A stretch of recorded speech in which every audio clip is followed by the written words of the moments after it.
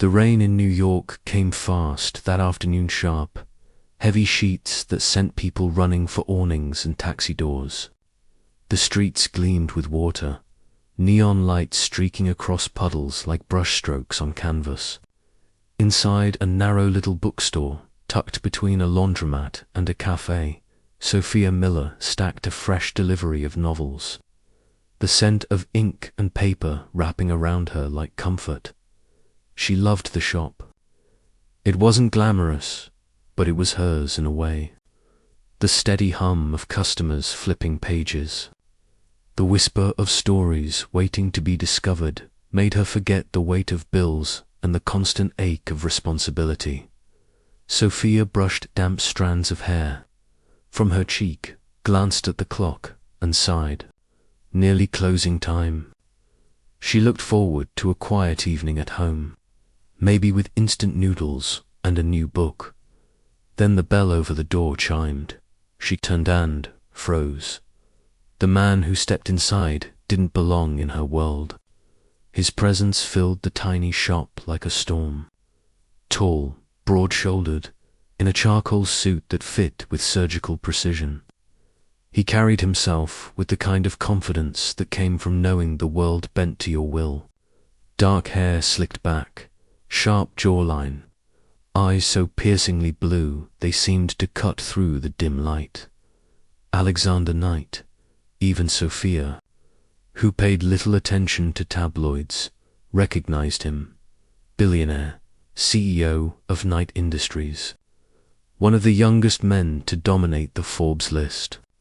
And by reputation, cold, ruthless, untouchable. Her pulse skipped.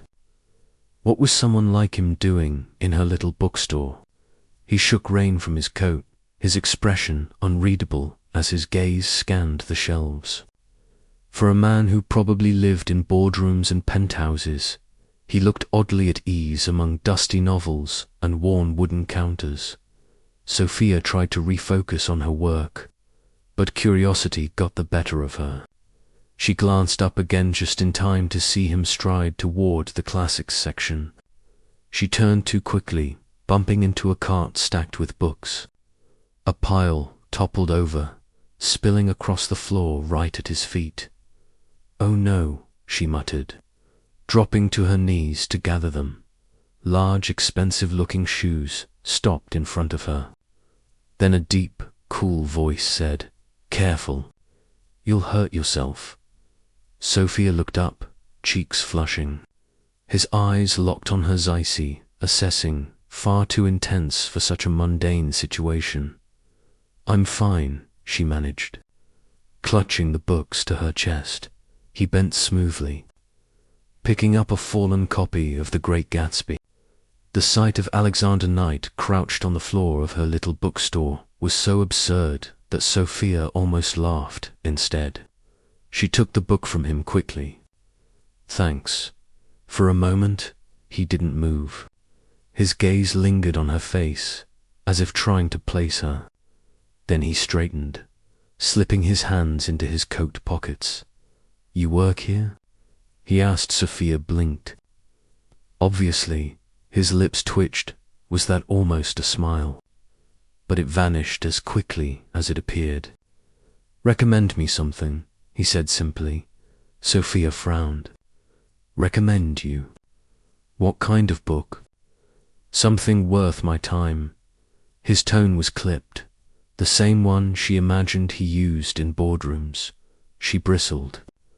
Most customers came in with warmth, curiosity, but he spoke like he was testing her. "Books don't work like that. You have to tell me what you want. I want something that doesn't waste words, something honest." Her eyebrows rose. A billionaire asking for honesty. Ironic. Still, she scanned the shelves and pulled out a worn paperback. Steinbeck. Of Mice and Men, short, sharp, brutally honest. He took it from her, flipping the pages with long fingers. Not exactly light reading. "You asked for honest," she countered. For the first time, his mask cracked. His eyes glimmered with something amusement. Maybe. He closed the book, tucked it under his arm. "I'll take it." At the register, he handed her a black credit card, the kind she'd only seen in movies. She rang up the modest total, handed him the bag, and expected him to leave without another word. Instead, he paused. "You didn't ask who I am." "I know who you are," Sophia said, meeting his gaze evenly. "But in here, you're just a customer." Something flickered across his face, surprise. Then something softer, quickly buried. He nodded once, took the bag, and walked out into the rain. The bell chimed again, and he was gone. Sophia stood behind the counter, heart racing, staring at the door. The shop felt strangely empty without him, like he had taken the storm with him when he left. She shook her head. Billionaires didn't wander into her world, and if they did, they didn't come back. Still, when she locked up that night, she couldn't stop thinking about the way his eyes had looked lonely, like a man who carried too much and shared too little. At midnight, as Sophia curled up with a book in her tiny apartment, the rain still pounding outside, she wondered why she couldn't shake him from her mind. And across town, in a glass penthouse overlooking the city, Alexander Knight's set of mice and men on his desk, staring at it longer than necessary. He didn't know why, but the girl from the bookstore had lingered in his thoughts all evening, and that unsettled him more than any hostile takeover ever could. 3 days passed, and Sophia had almost convinced herself the encounter in the bookstore had been a fleeting oddity. A billionaire wandering in, buying a paperback. It was strange, yes, but her life wasn't the kind that invited sequels. Then the envelope arrived. It was waiting at the bookstore's front counter when she came in for her shift. Heavy cream paper, her name written in precise lettering. Inside was a formal invitation, black and silver, embossed with the crest of Knight Industries. "You are cordially invited to the annual Knight Foundation Charity Gala. Black tie attire required." Her hands trembled. She hadn't given him her name, much less her address. How had Alexander Knight tracked her down? And why invite her, of all people, to a gala where millionaires rubbed shoulders with senators and royalty? Her first instinct was to toss it in the trash. The bookstore was her world, quiet, familiar, safe. She had no business stepping into his, but as the hours passed, curiosity gnawed at her. What if she said no to an opportunity she'd never see again? Against her better judgment, she borrowed a simple black dress from her friend and told herself she'd just go for an hour. 1 hour, then back to her real life.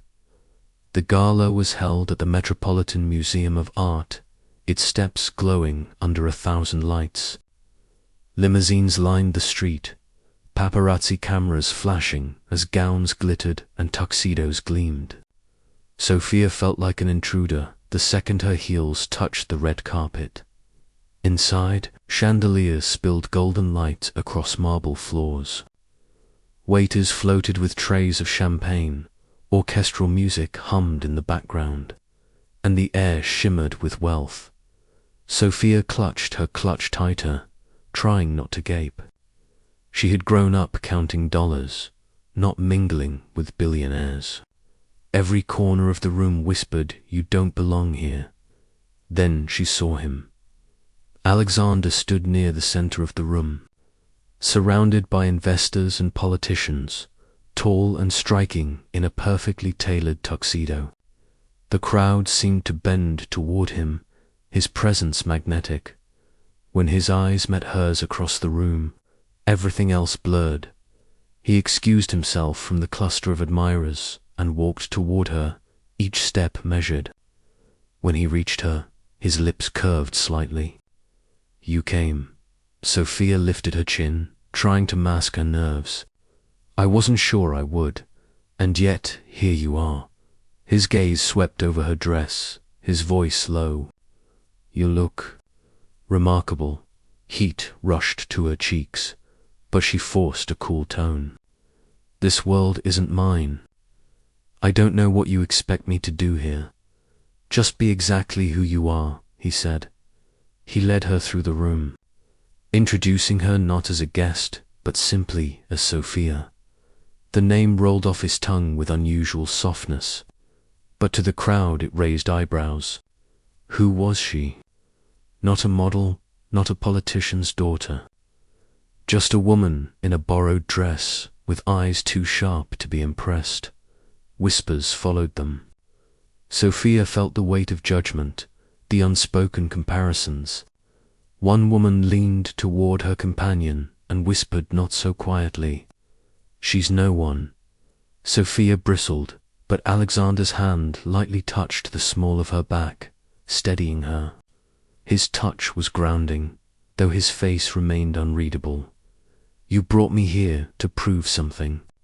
she asked when they had a moment alone near the bar. "Not to prove, to see." His eyes locked on hers. "I wanted to see if you'd stand your ground here, the same way you did in the bookstore." Her brows shot up. "So this is some kind of test?" He didn't flinch. "Everything in my world is a test." "Well, here's my answer," she said tightly. "I don't care about your world. I don't care about your money.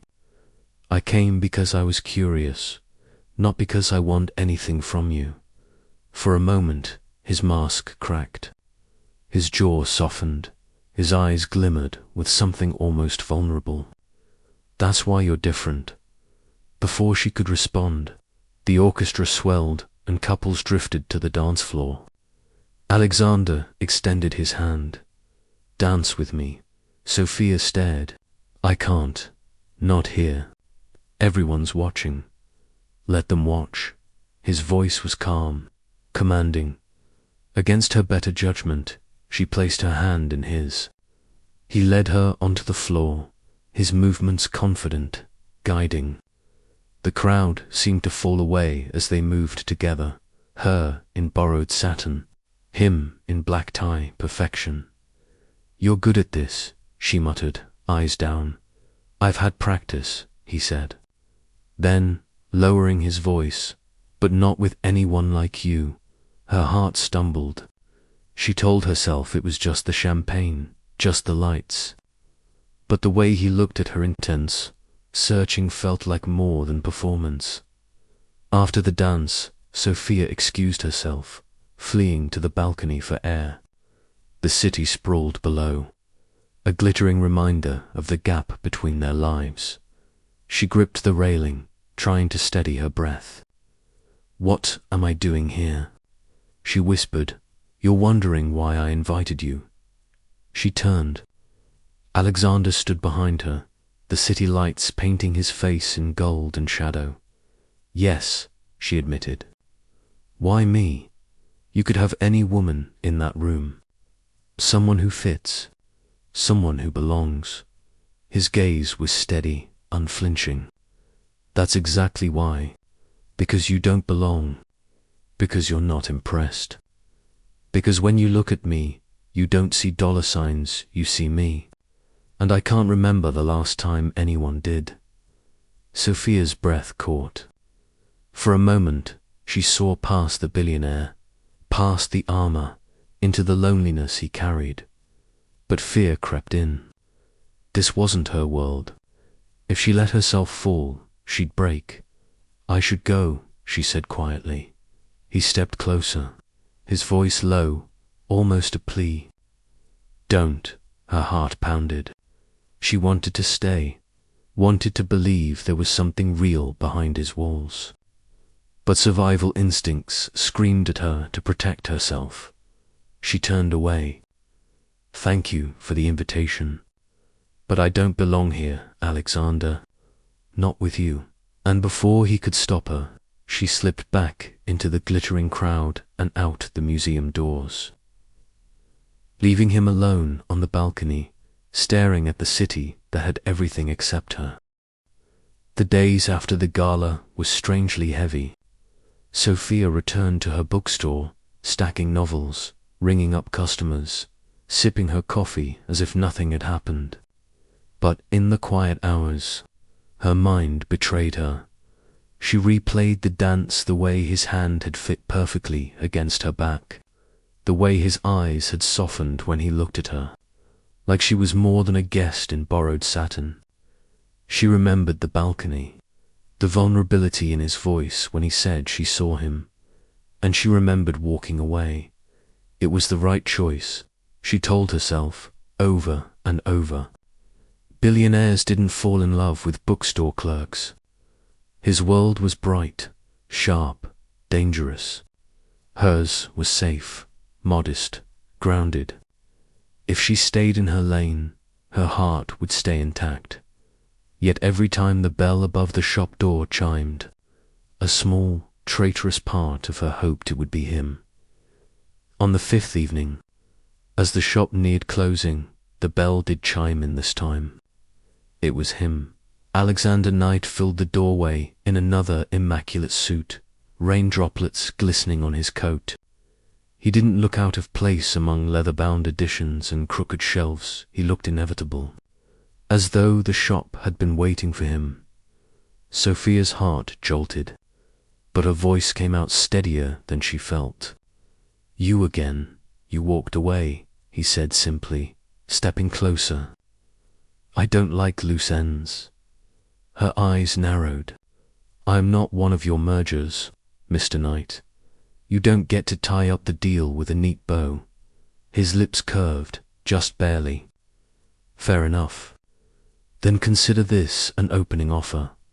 He reached into his coat pocket and placed an envelope on the counter. Heavy cardstock, embossed with Knight Industries seal. "What is this?" she asked warily. "A job offer," he said. Sophia blinked. "You're kidding. Do I look like a man who jokes?" She picked up the envelope, half expecting it to vanish like smoke. Inside was a contract. Executive personal consultant. Generous salary. Confidential terms. You want me to be. What? Your assistant? Not an assistant, he corrected. A consultant. I need someone outside my circle. Someone who doesn't tell me what I want to hear. Someone who sees through the noise. His gaze locked onto hers. "That's you," she let out a disbelieving laugh. "You barely know me. I know enough. You weren't impressed at the gala. You weren't afraid of me in here. Do you have any idea how rare that is?" Sophia shook her head. "This is insane. I sell books. I don't belong in your empire." "Exactly," he said, his tone edged with urgency. "That's why I need you in it." She shoved the contract back toward him. "I can't. My life is here." He didn't flinch. "Is it? Or are you hiding here because it's safe?" The words hit too close. She stiffened. "Don't pretend you know me." "I don't pretend," he said softly, leaning in. "I see a woman wasting her brilliance behind a cash register, pretending she doesn't crave more. You're scared of stepping into my world, Sophia. Not because you don't belong, but because you know you might." Her breath caught. For a moment, she hated him for being right, for stripping away her armor with so few words. "Why me?" she whispered. His answer was quiet, but it shook her. "Because when you look at me, I don't feel alone." The silence stretched. Outside, the rain drummed against the glass, steady as a heartbeat. Sophia finally forced herself to breathe. "Even if I said yes, I wouldn't survive in your world. I don't play politics. I don't lie for a living." "Then don't," Alexander said. "Be exactly who you are. That's what I'm offering." A seat at my side, no mask required. Her chest tightened. The temptation was there burning, undeniable. But so was the fear. What if I fail? She asked quietly. Then you fail standing next to me, he replied. And I don't let the people I choose fall. Sophia stared at the contract. It wasn't just a job offer. It was a doorway, a chance to step into a life she never imagined. But it was also a risk her independence, her heart, her sanity. She could stay here, safe, with paperbacks and routine. Or she could take his hand and step into the storm. Her fingers trembled as she slid the contract back toward him. I'll think about it. His eyes softened, but his tone remained firm. Do more than think. Decide, because I don't make the same offer twice. With that, he turned and walked out, leaving the bell to chime in his wake, leaving her heart pounding in the silence. That night, Sophia lay awake in her tiny apartment, the contract spread across her table. Her reflection stared back from the window, rain streaking down like tears. What am I doing? She thought. This isn't my world. But in the silence, another voice whispered, maybe it could be Dot, and for the first time. She wondered if stepping into Alexander Knight's empire meant losing herself or finally finding who she was meant to be. Sophia Miller had never been inside a building as tall as Knight Tower, let alone stepped through its gleaming glass doors as an employee. The skyscraper cut into the Manhattan skyline like a blade, every inch of it polished to intimidate. She clutched her new ID badge tighter than she meant to, the plastic digging into her palm. What am I doing here? She thought. The bookstore already felt like another lifetime. The receptionist waved her. Through with a polite but curious glance, word had spread quickly that Alexander Knight had hired an outsider, someone with no resume to speak of. Whispers followed her to the elevator, echoing off marble floors. When the doors opened on the top floor, she stepped into a world of steel, glass, and money. Floor-to-ceiling windows drenched the space in sunlight. Overlooking Central Park, assistants moved briskly with tablets in hand. Phones rang in clipped tones, and at the far end, behind a desk that looked more like a command center, sat Alexander. He looked up, his expression unreadable as ever. You're late. Sophia glanced at the clock on the wall. It's 8:59. His lips twitched. Late? He didn't waste time. You'll sit in on today's board meeting. Say nothing unless I ask. Watch, listen, and take notes. I want your impressions after. Sophia bristled. You hired me as a consultant, not a secretary. Consultants observe before they advise, he countered smoothly. Or would you like to walk in blind and embarrass yourself? Her jaw tightened. God, he's infuriating. But she followed him into the conference room anyway. The board was a sea of tailored suits and expensive watches, each director oozing power. Alexander commanded the room with effortless authority, outlining quarterly projections with precision. His words were sharp, his tone decisive, leaving no space for argument. Sophia scribbled notes, but not about numbers. She watched the way the directors shifted in their seats, the subtle glances exchanged, the nervous coughs when Alexander's gaze swept over them.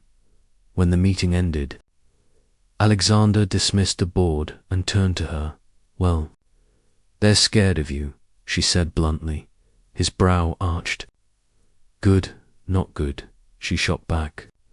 Fear makes people hide things. They'll say what you want to hear, not what you need to know.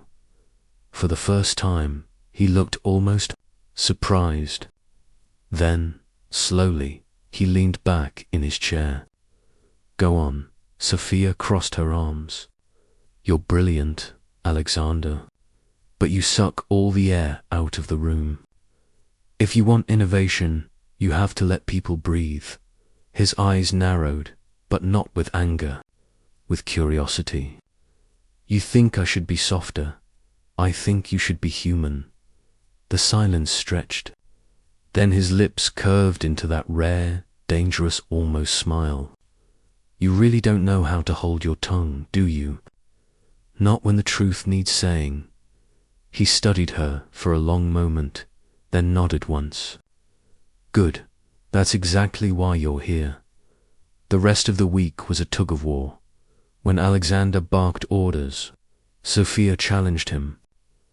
When he shut down ideas, she pushed back. His staff watched in shock. No one talked to him like that, and survived. But instead of firing her, Alexander seemed energized at one point. In the middle of a tense strategy session, she flat out told him, "You're acting like a dictator." "And you," he replied coolly, "are acting like a rebel without a cause." The room went silent. Then, to everyone's shock, Alexander smirked. "But maybe that's what this place needs." Sophia rolled her eyes, but heat rushed to her cheeks. Late one evening, long after most employees had gone home, Sophia stayed behind in the conference room, poring over reports. Numbers blurred in front of her eyes, but she refused to quit. A shadow fell across the table. Alexander leaned against the doorway, jacket off. Tie loosened. "You should go home," he said. "So should you." He stepped inside, his gaze softer now, almost weary. "This world will eat you alive if you let it. Don't burn out on the first week." She looked up, startled by the honesty in his tone. "I thought you didn't care about things like that." "I don't, usually." His eyes held hers. "But you're not usual." For a moment, the room felt smaller, the air heavier. Sophia's pulse quickened. She forced herself to glance back at the papers. "Don't think flattery will make me agree with you." A faint smile tugged at his lips. Noted the next morning. Whispers swirled through night. Tower employees were buzzing about the CEO and his mysterious consultant, speculating about late nights and closed-door meetings. Sophia caught fragments as she walked past. "She's not qualified. He never looks at anyone like that. She's just a fling." Her stomach churned. This was exactly what she feared. The scrutiny, the judgment, the way his world would try to swallow her whole. When she confronted Alexander in his office, she snapped, "People think I'm sleeping with you." He didn't flinch. "Let them." Her jaw dropped. "Excuse me. Rumors are inevitable. If you waste energy fighting them, they win. Ignore them, and eventually they move on." She shook her head. "Easy for you to say. You've had power your whole life. I'm the one being painted as a gold digger." Something darkened in his gaze. He stepped closer, voice low. "If anyone under my roof disrespects you, they'll answer to me." Sophia's heart thudded.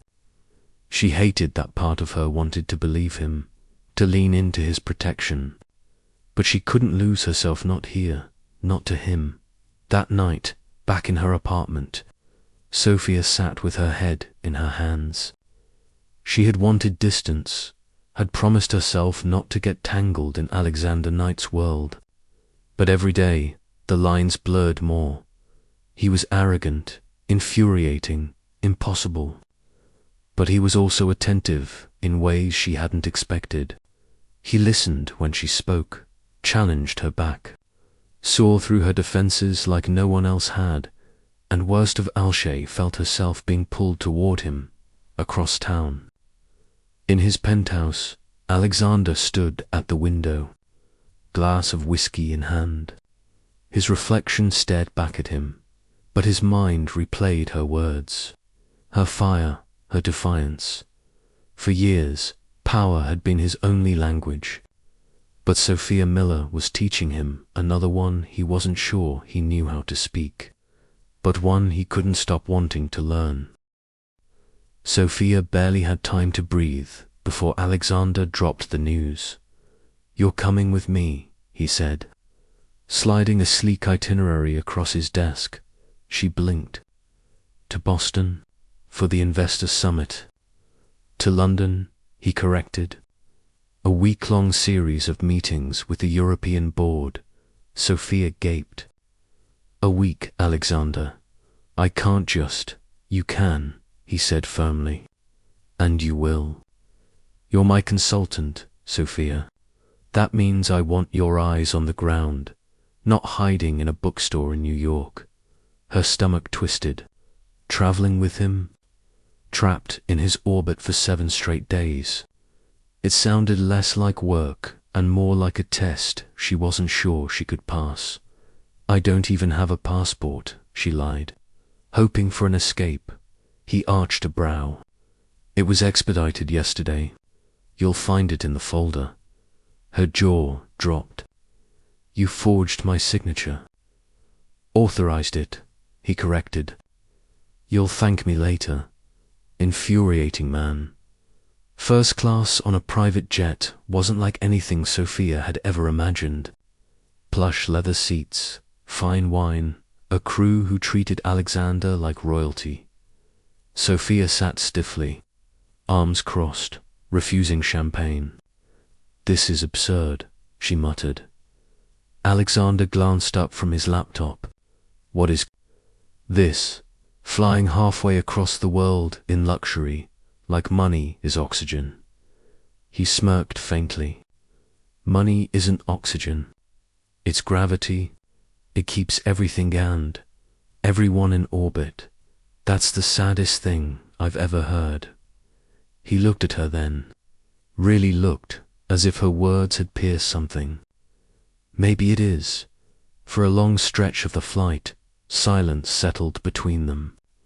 Yet the air felt charged, heavy with unspoken questions neither dared voice. London greeted them with grey skies and drizzle, a mirror of New York's moodier days. Their hotel was a 5-star fortress of glass and marble, each room larger than Sophia's entire apartment. When the concierge explained there'd been a mix-up with reservations, 2 suites had been given away, leaving only the penthouse with adjoining bedrooms, Sophia's pulse spiked. Alexander's expression didn't flicker.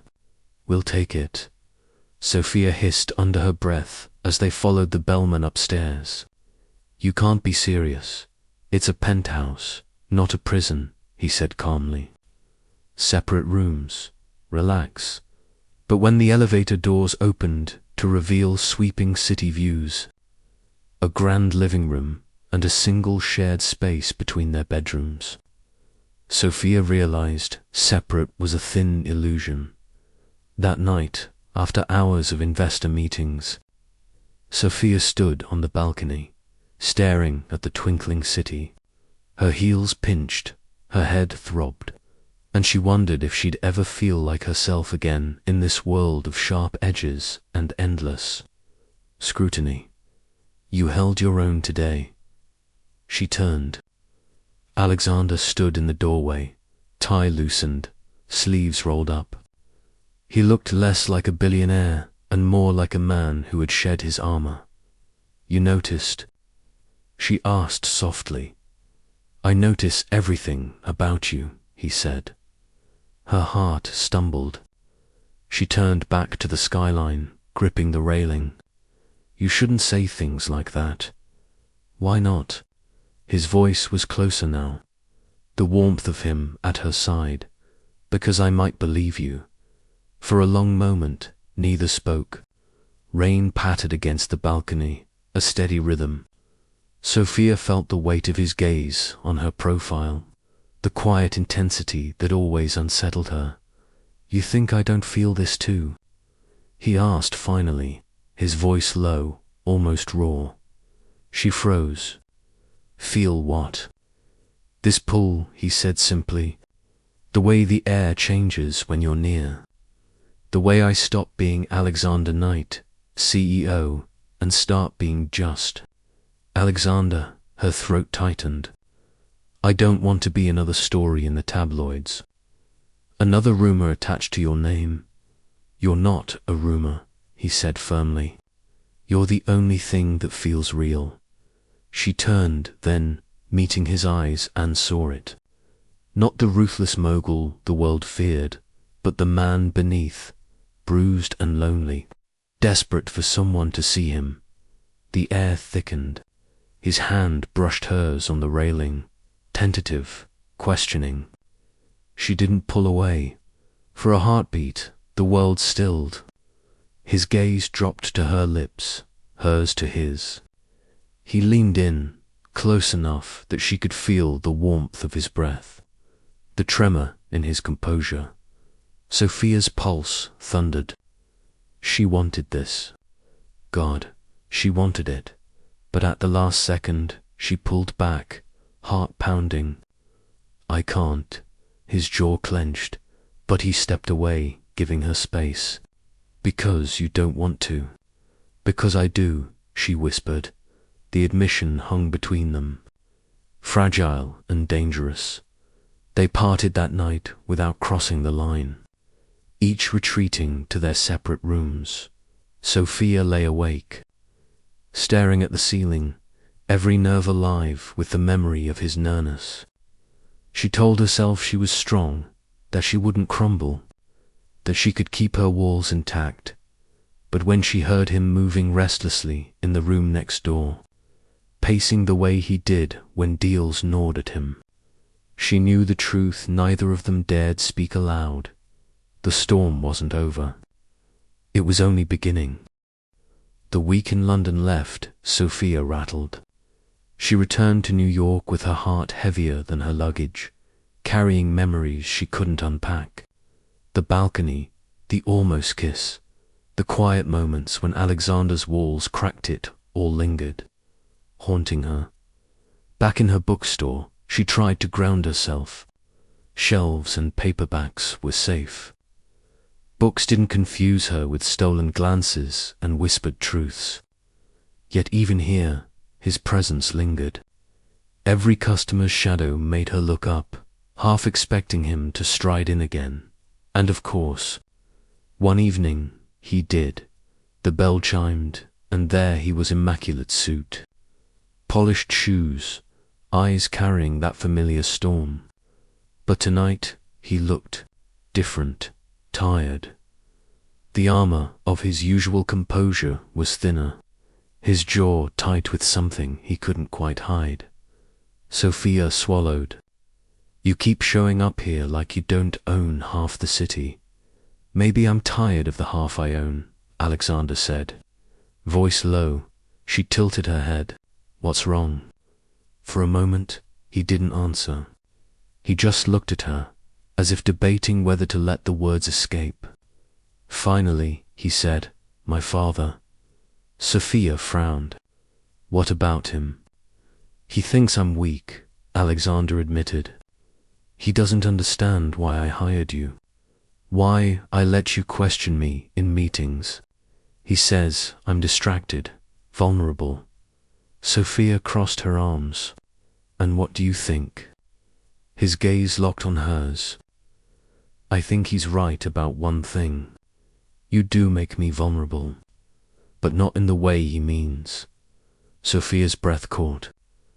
"Alexander, you make me remember what it feels like to be human," he said, stepping closer. "For years, I built walls so high no one could touch me. Then you walked in, and suddenly, I don't want the walls anymore." Her heart thundered. She wanted to believe him, wanted to let the words sink deep, but fear tightened her chest. "That's dangerous. For both of us, maybe," he admitted. But I'd rather be broken with you than untouchable without you. The rawness in his tone shook her. This wasn't the ruthless CEO the world feared. This was just a man lonely, aching, desperate to be seen. He reached out, fingers brushing her hand on the counter. Sophia stiffened, but she didn't pull away. His touch was warm, steady, grounding. "You don't have to be afraid of me," he murmured. Her throat tightened. "I'm not afraid of you. I'm afraid of us." Double quote silence hung heavy. Outside, the city hummed, oblivious to the storm brewing inside the little bookstore. Alexander's eyes searched hers. "Then let me prove to you that we're worth the risk." A few nights later, Alexander invited her to dinner. Not at a five-star restaurant, not in some glittering ballroom at a quiet Italian place tucked in a side street of Brooklyn. The kind of place with checkered tablecloths and candlelight in old wine bottles. Sophia raised an eyebrow when she saw him waiting at the table. "This doesn't exactly scream billionaire." "Good," he said, pulling out her chair. "I didn't want it to." Over pasta and cheap red wine, he asked about her childhood, her dreams, her fears. He listened not with the distracted politeness of a man used to being courted, but with focus, intensity. "You could have done anything," he said after she told him about the bookstore. "Why here?" She smiled faintly. "Because books don't judge. They don't care where you come from. They're safe, and me," he asked quietly. "Do I feel safe to you?"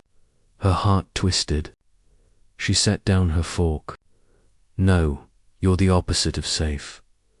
But the way she said it made his lips curve into a rare, genuine smile. Good. Later that night, he walked her home. The city lights glowed soft against the pavement, the air crisp with autumn. At her door, she turned to him. "This, whatever this is, it can't work, Alexander. Our worlds are too different." He stepped closer, his voice steady. "Then let's make a new one. Ours." Her breath hitched.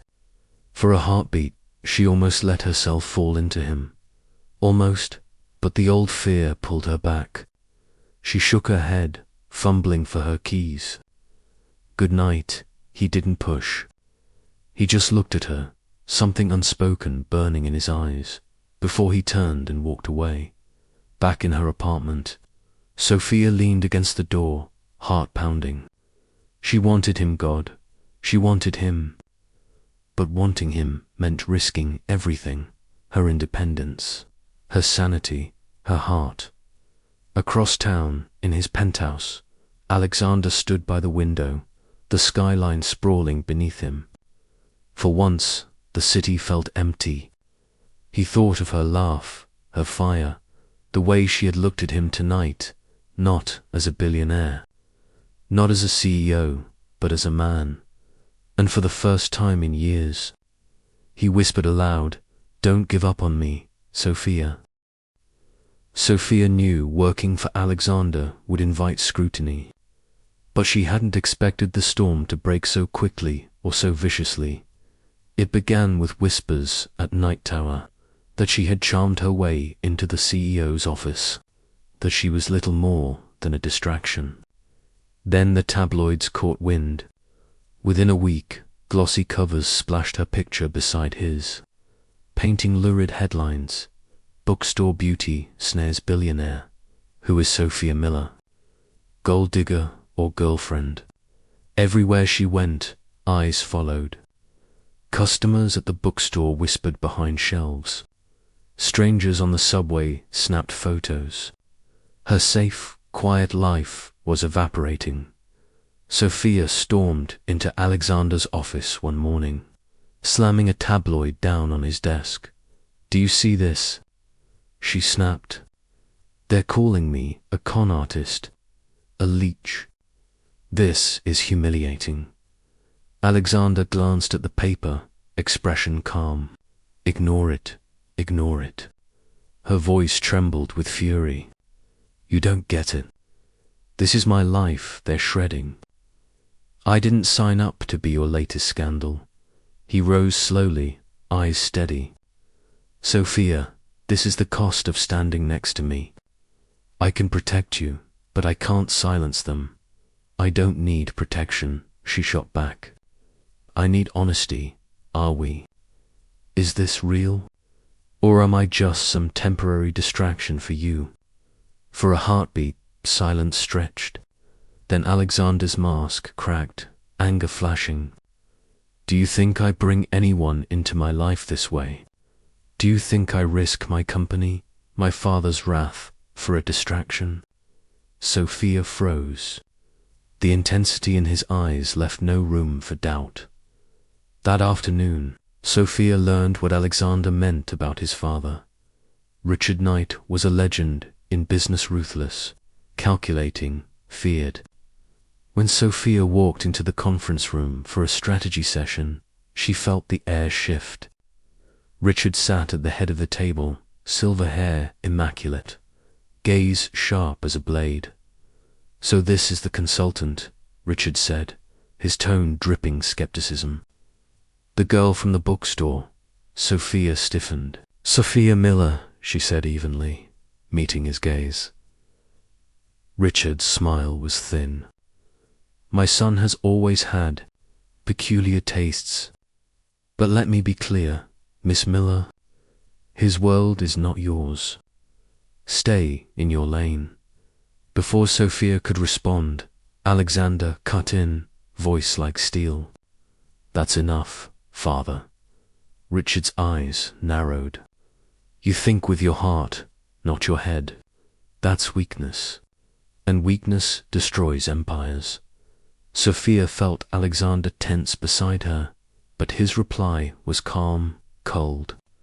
Then maybe it's time this empire learned to change. The confrontation with Richard shook Sophia. That night, in the quiet of her apartment, she paced the floor, torn between fear and longing. Alexander was fighting for her, she couldn't deny that. But was she strong enough to fight his world? Her phone buzzed. A message from him. Don't let them break you. Dinner tomorrow, my place. No suits, no business. Just us. She stared at the words for a long time. Her heart screamed yes. Her head whispered no. Against her better judgment, she went. Alexander's penthouse was everything she expected. Glass walls, priceless art, the city spread out below like a jewel. But when he opened the door, he wasn't in a suit. He wore a black t-shirt and jeans, barefoot, hair slightly tied. For the first time, he looked less like a CEO and more like a man. I cooked, he said, leading her into the kitchen where pasta simmered on the stove. Sophia laughed despite herself. The Alexander Knight cooks. He smirked. Don't sound so shocked. Dinner was simple, imperfect, and strangely intimate. They ate at the counter, laughed when he spilled sauce, shared stories they'd never told anyone else. For a few hours, the world fell away. When dessert came, strawberries, and Krim, Alexander's hand brushed hers. His eyes locked on hers, raw and unguarded. Sophia, he said quietly, I don't care what they say. I don't care if the whole city calls you names.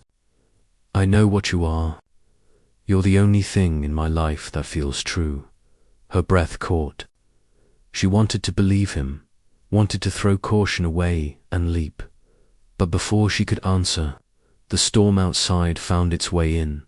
Her phone buzzed. Another headline notification. Night Air secretly engaged. The article claimed Alexander was already promised to the daughter of a European tycoon. Business merger dressed as romance. Sophia's blood ran cold. She turned the screen toward him. Is this true? Alexander's jaw tightened. No, it's an old arrangement my father tried to force years ago. It means nothing. Then why didn't you tell me? She demanded. Because it was nothing. I didn't want it to taint what we have. Her chest tightened. But don't you see? This is exactly the problem. Your world keeps crashing into mine, and I'm the one who gets crushed in the rubble. He reached for her, desperation in his eyes. Sophia, don't do this. But she stepped back, tears burning. I can't be the collateral damage in your war with your father. I can't. And before he could stop her, she grabbed her coat and walked out. The sound of the door slamming, echoing like a gunshot, back in her apartment. Sophia collapsed onto the couch, her chest aching. She told herself leaving was the right choice. She wasn't built for scandal, for empires, for fathers who thought love was weakness. But as she curled into herself, she realized the truth. Walking away didn't hurt less. It hurt more. Across town, Alexander stood in his empty penthouse, fists clenched, heart raging. For years, he had fought competitors, markets, even governments and won. But against the one woman who mattered, he was losing, and he knew he'd do anything to get her back. Sophia thought leaving Alexander would quiet the storm. She was wrong. The tabloids doubled down. Her face appeared on gossip sites, splashed across headlines in harsh fonts. Sophia Miller, from bookstore clerk to billionaire's mistress. Gold digger exposed. Alexander Knight's secret affair. Every walk to the subway felt like a gauntlet. Paparazzi hounded her outside the bookstore. Customers whispered in corners. Even old friends texted with thinly veiled curiosity. Is it true? Are you really with him? Sophia tried to stay strong, but every headline cut deeper. By the end of the week, she was trembling at every phone buzz, flinching at every camera flash. The life she had built, her safe little world, was unraveling. One night, unable to sleep, Sophia paced her tiny apartment. Her phone buzzed again, another notification. She snapped, tossing it onto the couch. Then came the knock at her door. When she opened it, Alexander stood there, rain dripping from his coat, eyes blazing. Why didn't you answer my calls? He demanded. She folded her arms. Because there's nothing left to say. Bullshit. He stepped inside, his presence filling the room. You think walking away protects you? Look at what they're doing to you, Sophia. Look at what they're doing to us. Her voice cracked. There is no us. Not anymore. I can't live under a microscope, Alexander. I can't be strong enough for both of us. For a moment, he just stared at her, chest heaving. Then his voice dropped, raw and steady. Then let me be strong for you. The next morning, the storm grew worse. Richard Knight called an emergency board meeting, leaked deliberately to the press. Cameras crowded outside as Alexander strode in, jaw clenched. Inside, Richard didn't waste time. This scandal is bleeding us. Investors are nervous. The board is restless. End it. Cut her loose. Alexander's fists curled. No, Richard's eyes hardened. She's nothing, Alexander. A girl from nowhere. You think she'll stand beside you when the empire collapses? She'll run. Alexander's voice thundered across the room. You don't know her. And you don't know me if you think I'll let you dictate my life. The board shifted uncomfortably, whispers rising. Richard leaned forward, his tone sharp as a knife. Then you'll lose everything. Alexander met his father's gaze, unflinching. Better everything than her. Meanwhile, Sophia reached her own breaking point. A mob of photographers cornered her outside the bookstore, shouting cruel questions. Are you pregnant with his child? Do you sleep with him for money? Did you plan this all along? Flashes blinded her, voices cut her. Panic rising in her chest until she couldn't breathe. Suddenly, a firm hand gripped hers, pulling her through the chaos. Alexander, he shielded her with his body, guiding her into a waiting car. Cameras screamed, shutters clicked. But once the doors slammed shut, silence fell. Sophia's hands shook. I can't do this, Alexander. I can't. He cupped her face gently, his voice fierce but tender. You don't have to. Not alone. Let me fight this with you.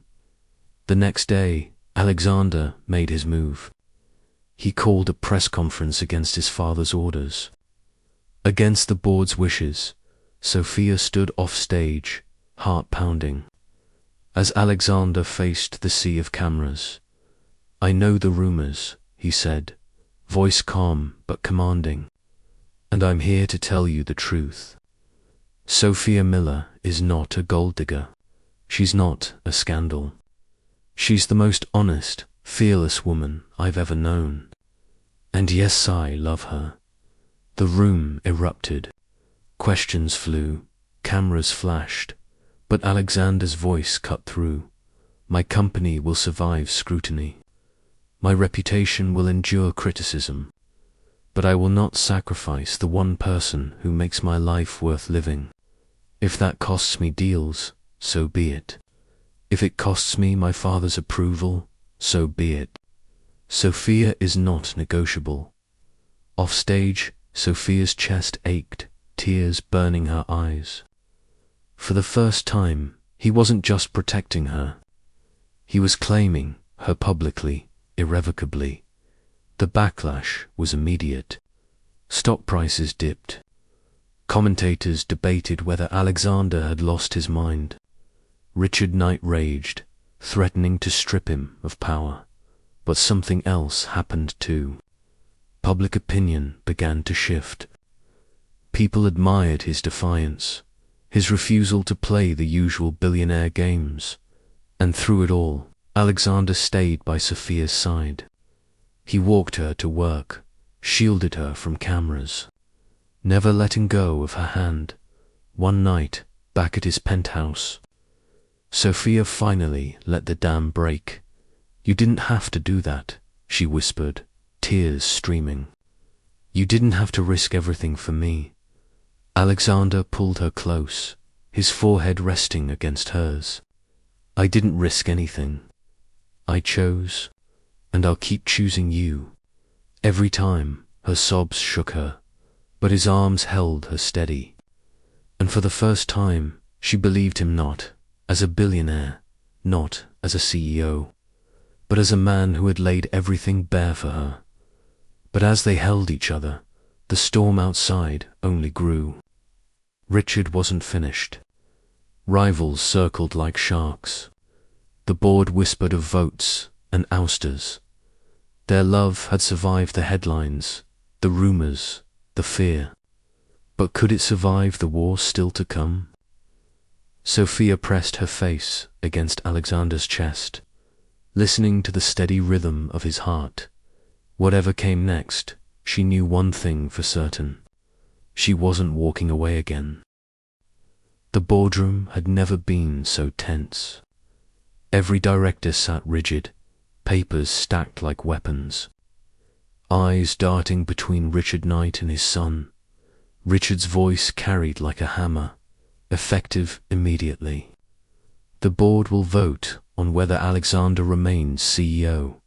His reckless behavior has endangered this company. His relationship, he spat. The word is a liability we cannot afford. Murmurs rippled. Sophia, seated quietly at the back as an observer, felt her pulse spike.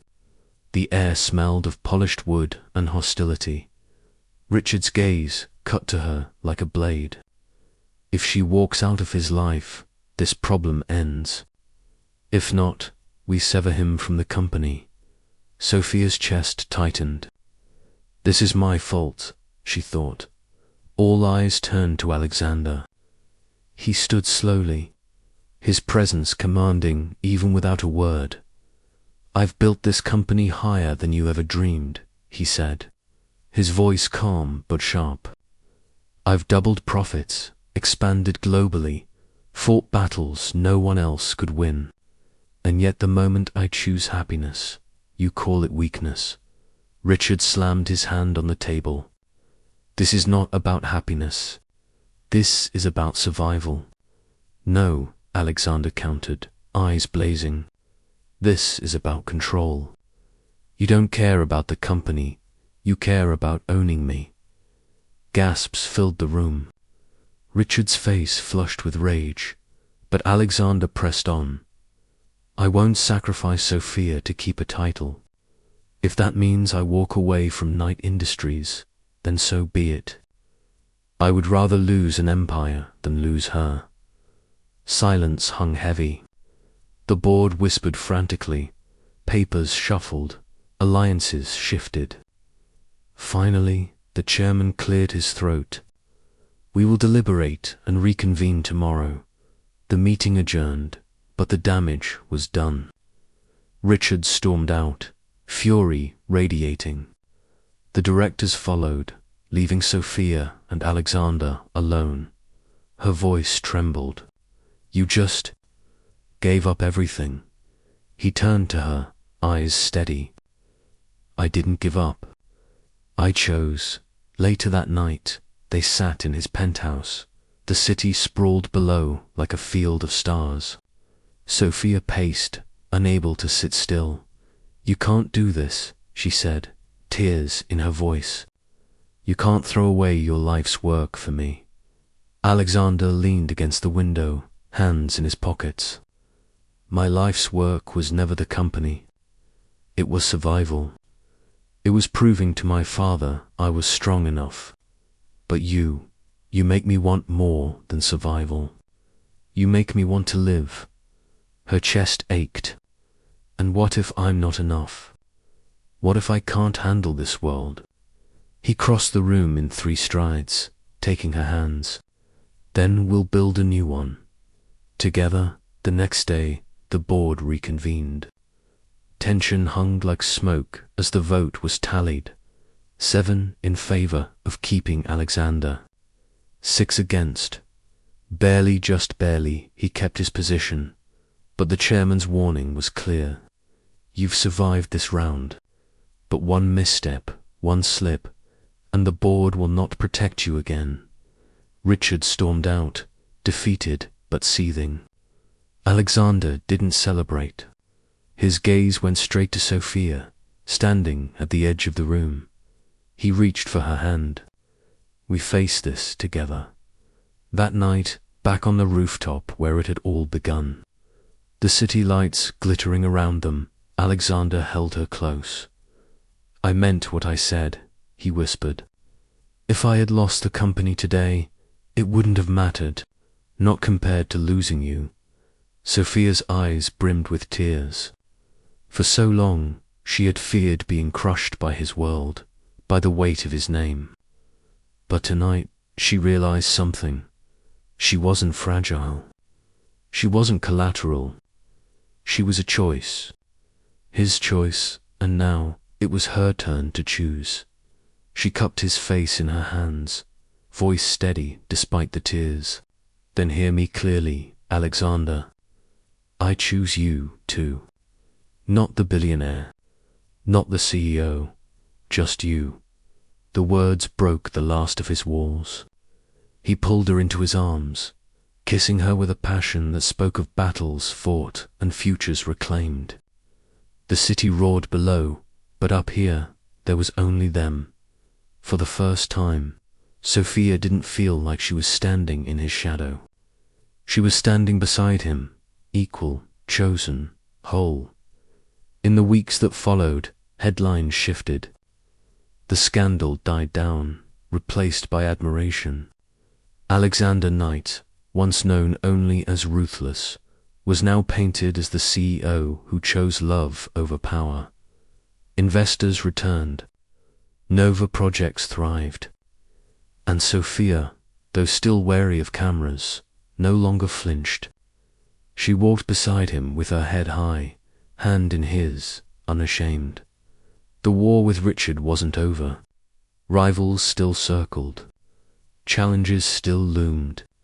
But together they had faced the breaking point and chosen each other, and that choice was stronger than any empire. Years later, the city hadn't changed. Skylines still glittered like a crown at night. Its heartbeat still fast, relentless. But Alexander and Sophia Knight had changed. Years had passed since that stormy chapter of their lives, when every headline had cut like a knife and every choice felt like life or death. Now they stood taller, side by side, not just as lovers, but as equals. Knight Industries, once the domain of Richard Knight, was theirs, now transformed into a company built not only on profit, but on innovation, sustainability, and integrity. Sophia's influence was everywhere. In the new literacy programs the foundation funded, in the eco-initiatives the company backed. She wasn't just the woman on Alexander's arm. She was his partner in vision, his fiercest ally, and the world had learned to respect her for it. One evening, after a long day of negotiations, they returned to the rooftop of the old Brooklyn bookstore, the place where everything had begun. It had been renovated now, string lights twinkling overhead, the skyline blazing in the distance. Sophia leaned against the railing, her hair catching the glow of the city. "Sometimes I still can't believe this is our life." Alexander slipped an arm around her waist. "It's ours because we fought for it, because you never let me give up." She smiled. "You didn't let me, either." They stood in silence for a moment, watching the city they had once feared now lying at their feet. Behind them, inside the loft space they now owned, laughter rang out, friends, colleagues, the family they had built beyond blood. And in the nursery tucked down the hall, their daughter slept soundly, a small paper airplane mobile turning slowly above her crib. Sophia glanced back, eyes soft. "Do you think she'll ever know how hard it was? How much we risked to be here?" Alexander kissed her temple. "She'll know the truth that love is worth fighting for. That power means nothing if you don't have someone to share it with." But even now, challenges lingered. Rivals plotted. Markets shifted. Richard, though no longer in power, still loomed in the background, waiting for them to stumble. Sophia knew storms would come again, but she also knew they weren't the same people they had been. They had been tested, broken, mended. They were stronger, now together. She turned to Alexander, her hand finding his. "Promise me something, anything, no matter what comes, no matter what they throw at us. We keep choosing each other." His grip tightened. "Always," as the city roared below. Alexander and Sophia stood on the rooftop where a billionaire once wandered into a bookstore and found more than he expected. Their story wasn't neat, wasn't finished. New chapters waited, full of triumphs and storms alike. But they had written the hardest parts, already and chosen to keep writing together. The night sky stretched endless above them, a canvas of stars and possibilities, and hand in hand they stepped into the future.